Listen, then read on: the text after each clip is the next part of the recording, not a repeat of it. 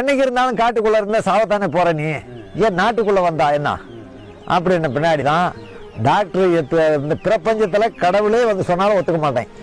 Doctor Ramadoss ஐயா மட்டும் சொன்னாருன்னா, ஆட்சிக்கு அவர் வந்தாருன்னா, ஆட்சியில வந்து அவர் உட்கார்ந்தாருன்னா, அவர் வந்து ஒடியாடாக இருப்பாருன்னா நாய்க்குட்டி மாதிரி போய் அவர் காலில் விழுந்துக்குவோம். நானு என்ன ராமதாஸ் தவிர வேற யாரும் என்ன காப்பாற்ற முடியாது.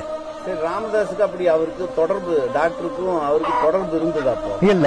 என்ன மரியாதை அப்படி அவரு ஒவ்வொரு மறியல் பண்றாரு, அந்த இது பாக்குறேன், பேப்பர்ல பாக்குற அப்படி.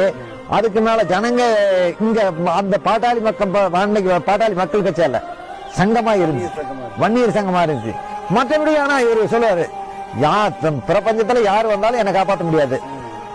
என்ன அரசியல்வாதி வந்து ஜனாதிபதி பிரதமரே வந்து கூப்பிட்டாலும் வீரப்பன் நானாச்சுனாலும் நான் போய் சான்றா வீரப்பன், இந்த வீரப்பம் கிடையாது. ஐயா டாக்டர் ஐயா சொன்னா அடுத்த செகண்ட் போய் அவருக்கு காலடி நாய்க்குட்டி மாதிரி ஓடி விழுந்துக்குவேன். பைபிளை கொண்டுட்டு போய் அவர் பாதத்தில் வச்சுட்டு நான் சான்றா ஆகிக்கிறோம், அவரால் தான் என்ன காப்பாற்ற முடியும், வேற யாருனாலையும் காப்பாற்ற முடியாது அப்படின்னு பேசிட்டாரு. அது அப்ப போல நான் அவங்க கூடவே இருக்கிறேன்.